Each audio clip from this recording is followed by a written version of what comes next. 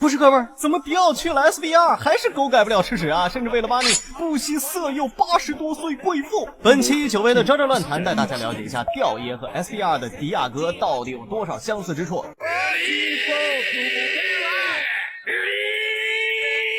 首先是这糟糕的家庭环境，吊爷是母亲早逝，父亲酗酒，龙迪还算好点，父亲依旧酗酒，母亲独自一人含辛茹苦把他养大，母子二人经常受到欺凌。有了这个糟糕的环境，就触发了成为恶人的概率。不过龙迪好像是有个好妈，教会了他无论怎么贫困也绝不可舍弃尊严。但龙迪长大之后却舍弃尊严，为了钱财甚至迎娶了80多岁的贵妇，再毒杀他们，侵吞家产，依旧是下毒，依旧是侵吞家产。荒木老贼是一点也不想创新。还有便是支配人类。第3部的吊爷是觉得人这种生物能力太过有限，所以直接选择不当人。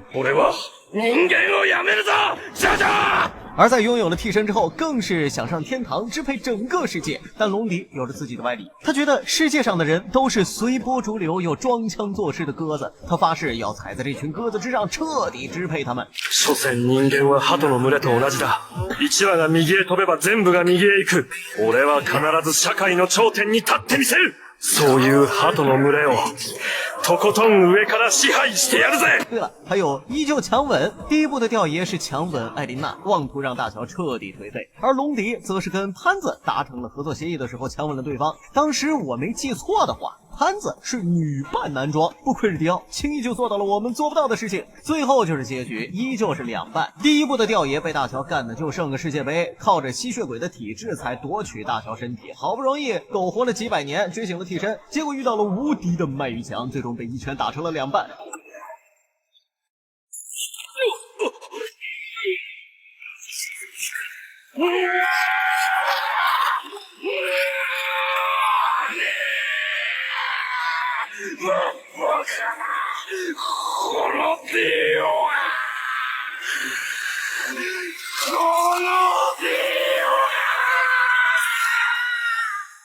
而龙迪呢，差点就弄死大总统这个 boss， 但被火车拦腰斩断。不过虽然是不同世界的相同迪奥，但两人的替身是不同的，一个是暂停时间的世界，另一个是能恐龙化的害人恶兽。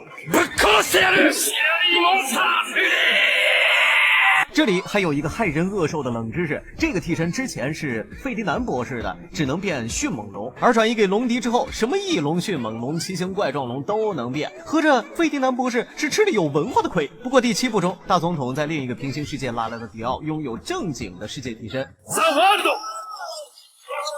世界底跟吊爷一样，喜欢实停玩飞刀，并且在开发程度上甚至比吊爷还牛。什么实停布陷阱，实停换子弹。但有一说一，时间系替身在第7部强的不是一星半点儿，这也让世界底成了最终 BOSS。最终被女战神露西千里送人头成功打出 GG， 依旧是跟脑袋过不去。最后浅谈一下龙迪，人物弧光上超越了初代迪很多，甚至给了大家一种错觉，这孩子成为恶人理所应当。OK， 以上就是本期视频的全部内容了，欢迎各位照出指正。